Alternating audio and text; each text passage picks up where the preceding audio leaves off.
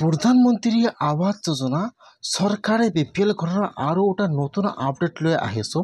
সেইটো আপডেট হ'ল যদি আপোনালোকে এতিয়ালৈকে চৰকাৰী ঘৰটো লাভ কৰা নাই কেনেকুৱাকৈ আপোনালোকে আপোনাৰ নিজৰ মোবাইলৰ পৰা চৰকাৰী ঘৰৰ নতুন আৱাস প্লাছ লিষ্টটো চেক কৰিব যে আপোনালোকৰ লিষ্টত নামটো আহিছে নে অহা নাই, অথবা যদি আপোনালোকে লিষ্টটো চেক কৰিছে বা আপোনালোকৰ নামটো লিষ্টত আছে, এতিয়া আপোনালোকৰ একাউণ্টত ঘৰৰ পইচা সোমাইছে নে সোমোৱা নাই, এতিয়া আপোনালোকে আপোনাৰ নিজৰ মোবাইলৰ পৰা চেক কৰিব। মই আজি এইটো ভিডিঅ'ত আপোনালোকক সম্পূৰ্ণ প্ৰচেছ ষ্টেপ বাই ষ্টেপ দেখুৱাই দি আছোঁ যে কেনেকৈ আপোনালোকে চৰকাৰী ঘৰৰ লিষ্টটো চেক কৰিব আৰু আপোনালোকৰ একাউণ্টত ঘৰৰ পইচা সোমাইছে নে সোমোৱা নাই চেক কৰিব। চাই লওক। এতিয়া আপোনালোকে ফাৰ্ষ্ট এইটো অপশ্যনত আহি যাব pmayc.nic.in। মই কিন্তু আপোনাক সুবিধাৰ কাৰণে অপশ্যনৰ লিংকটো মই ডিছক্ৰিপশ্যনত দি দিছোঁ। আপোনালোকে ডাইৰেক্ট ক্লিক কৰি ফাৰ্ষ্ট এইটো অপশ্যনত আহি যাব pmayc.nic.in। এতিয়া কিন্তু অফিচিয়েল ৱেবছাইটটো অপেন হৈ যাব এনেকুৱাকৈ। এতিয়া আপোনালোকে ইয়াত চাব, ইয়াত ফাৰ্ষ্ট দিয়া আছে এবাউট এছ, 2 নম্বৰত চাব দিয়া আছে আৱাস শপ। এতিয়া আপোনালোকে আৱাস শপৰ ওপৰত এবাৰ ক্লিক কৰিব। এতিয়া এইটো পেজ অপেন হৈ যাব এনেকুৱাকৈ। এতিয়া আপোনালোকে ৰিপৰ্টৰ ওপৰত ক্লিক কৰিব। এতিয়া কিন্তু আপোনাৰ ওচৰত আৰু এটা নিউ পেজ অপেন হৈ যাব এনেকুৱাকৈ। এতিয়া আপোনালোকে অলপমান তলত আহি যাব। তলত অহাৰ পিছত ইয়াত চাব, ইয়াত যিটো সকলোৰে লাষ্টৰ অপশ্যন দিয়া থাকিব আৱাস প্লাছ ৰিপৰ্ট, আই নম্বৰ চাব দিয়া থাকিব আৱাস প্লাছ ৰিপৰ্ট। এতিয়া আপোনালোকে আইৰ ইয়াত যিটো 3 নম্বৰ অপশ্যন দিয়া আছে আৱাস প্লাছ কেটেগৰী উইথ ডাটা চামাৰি, এতিয়া আপোনালোকে আইৰ 3 নম্বৰ অপশ্যনৰ ওপৰত ক্লিক কৰিব। এতিয়া কিন্তু আপোনাৰ ওচৰত এইটো পেজ অপেন হৈ যাব এনেকুৱাকৈ। ইয়াত চাব দিয়া আছে অল ষ্টেট, এতিয়া আপোনালোকে সেইটো অপশ্যনৰ ওপৰত ক্লিক কৰিব। ফাৰ্ষ্ট ইয়াত আহি যাব আপোনাৰ ষ্টেট নাম। ফাৰ্ষ্ট আপোনালোকে ইয়াত ষ্টেট নাম আসাম চিলেক্ট কৰি লৈ ল'ব। তাৰপিছত ষ্টেটত ক্লিক কৰিব। ইয়াত আহি যাব আপোনাৰ ডিষ্ট্ৰিক্টৰ নাম। এতিয়া আপোনালোকে ইয়াত চাই ল'ব যে ইয়াত আপোনাৰ ডিষ্ট্ৰিক্টৰ নাম কোনটো হয়। ইয়াত আমাৰ ডিষ্ট্ৰিক্টৰ নামটো চিলেক্ট কৰি লৈ ল'ব। তাৰপিছত ইয়াত আহি যাব আপোনাৰ ব্লকৰ নাম। এতিয়া আপোনালোকে ইয়াত আপোনাৰ ব্লকৰ নামটো চিলেক্ট কৰি লৈ ল'ব। তাৰপিছত ইয়াত আহি যাব আপোনাৰ পঞ্চায়তৰ নাম। এতিয়া আপোনালোকে ইয়াত চাই ল'ব যে ইয়াত আপোনাৰ পঞ্চায়তৰ নাম কোনটো হয়। আপোনালোকে ইয়াত চাই লৈ ইয়াত আপোনাৰ পঞ্চায়তৰ নামটো চিলেক্ট কৰি লৈ ল'ব। ইয়াত যিটো আপোনাৰ এড্ৰেছটো আছে চিলেক্ট কৰি লৈ ল'ব। সেইটোৰ পৰা আপোনাৰ পঞ্চায়তৰ নাম লৈছে। এতিয়া আপোনালোকে চাৰিমিটাৰ ওপৰত ক্লিক কৰিব। এতিয়া কিন্তু আপোনাৰ ওচৰত চৰকাৰী ঘৰৰ নতুন আৱাস প্লাছ লিষ্টটো ইয়াত অপেন হৈ যাব এনেকুৱাকৈ।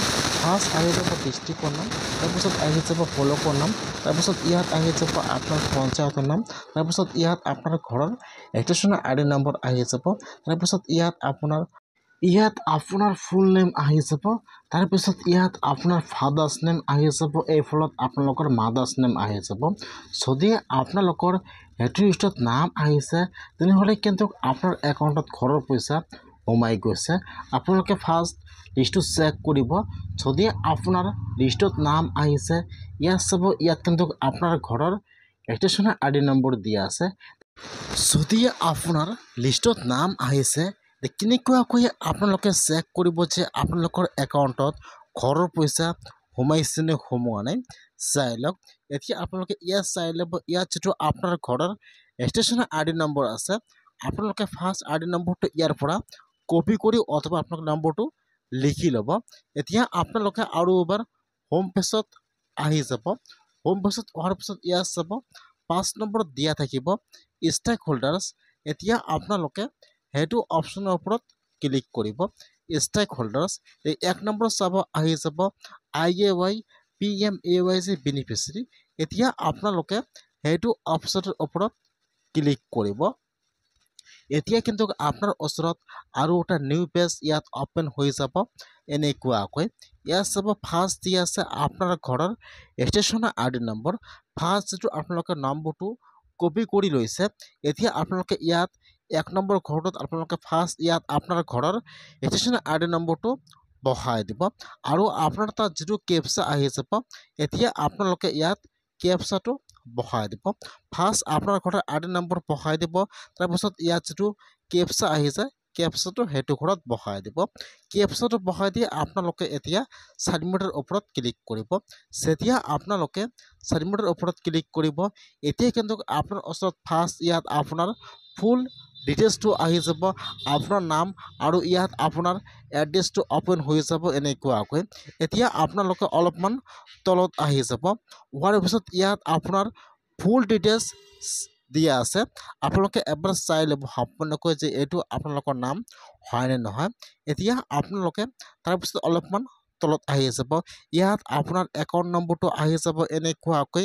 ইয়াত আপোনাৰ ডিটেইলছ সম্পূৰ্ণ আহি যাব এনেকুৱাকৈ এতিয়া আপোনালোকে অলপ তলত আহি যাব ইয়াত চাব ইয়াত অৰ্ডাৰ শ্বীট নম্বৰ আহি যাব আৰু আপোনালোকৰ একাউণ্টত কিমান তাৰিখে কিমান টকা সোমাইছে ইয়াত সকলো শ্ব' কৰিব এনেকুৱাকৈ এতিয়া আপোনালোকে এনেকুৱাকৈ চেক কৰিব লাগিব যে আপোনালোকৰ একাউণ্টত ঘৰৰ পইচা সোমাইছে নে সোমোৱা নাই যদি ইয়াত চাই তেনেহ'লে আপোনালোকে ইয়াত যিটো একাউণ্ট নম্বৰ লেফ্ট চাইডত দিয়া থাকিব আপোনালোকে আপোনাৰ একাউণ্টটো চেক কৰিব তাত কিন্তু আপোনালোকৰ একাউণ্টত ঘৰৰ পইচা সোমাই গৈছে সেইকাৰণে আপোনালোকে এনেকুৱাকৈ চৰকাৰী ঘৰৰ লিষ্টটো চেক কৰক আৰু আপোনালোকৰ একাউণ্টত ঘৰৰ পইচা সোমাইছে নে সোমোৱা নাই আপোনালোকে এনেকুৱাকৈ আপোনাৰ নিজৰ মোবাইলৰ পৰা ঘৰত বহি এনেকৈ চেক কৰক চৰকাৰী ঘৰৰ লিষ্ট আৰু আপোনালোকৰ একাউণ্টত পইচা সোমাইছে নে সোমোৱা নাই এনেকৈ